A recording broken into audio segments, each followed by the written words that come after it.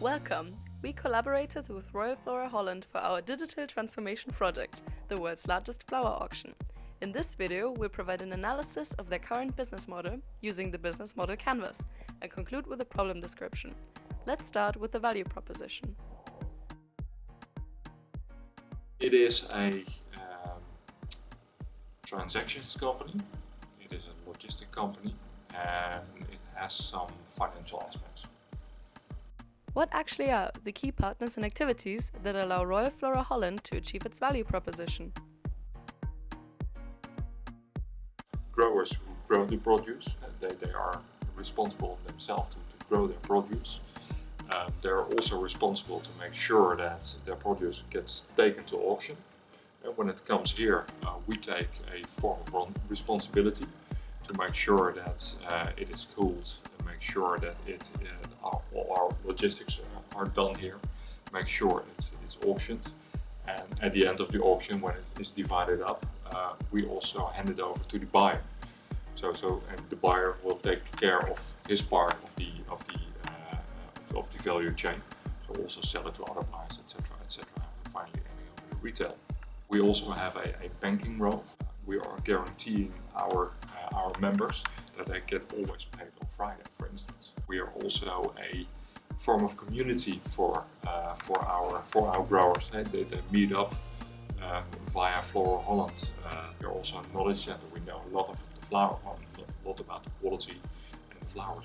So Royal FloraHolland is a two-sided network with growers on one side and buyers on the other. There are more than 6,000 supplying members, the majority of which are Dutch. The suppliers are funding FloraHolland, which works as a corporation. Let's dig further. Now we charge per transaction. What you see, flowers are brought in through our growers, which are our members. We're a corporation, and each transaction using our auction systems will give us a small percentage, which we use to cover, of course, the cost of the auction itself, but also the cost of all the logistic services we provide. For instance, if a cart of flowers is bought by various buyers, it needs to be divided up, and that's also one of the things we do for our growers and our clients. Other revenue streams include the fees paid by members and the rates charged for making use of FloraHolland's resources. But what actually are the key resources? Mainly warehouses, business facilities, and material handling equipment.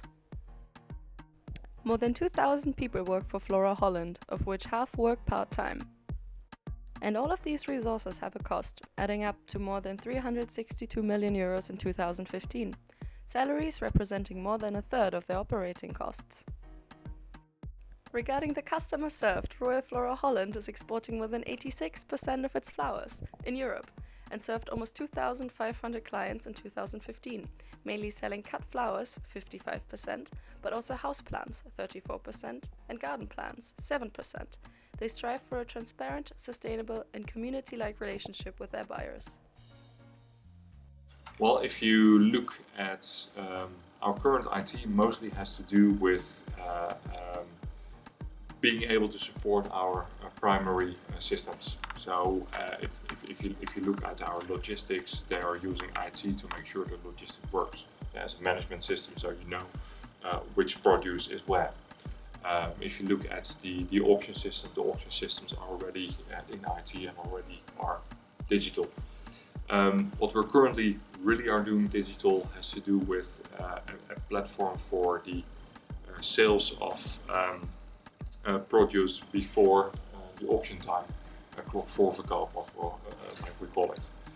That's called FloraMondo, and that is a platform where buyers and sellers can find each other. IT currently fulfills a supportive function and does not represent a strategic priority, even though it could decrease the coordination costs currently faced by the firm. Electronic integration would not just speed up communication, but change their processes. Their current online platform represents less than 2% of their sales and is not scalable due to weak architecture. Hence, it represents an opportunity to rethink the digital transformation of the firm to improve the distribution of flowers. We're taking on this challenge in our report. Thank you for watching.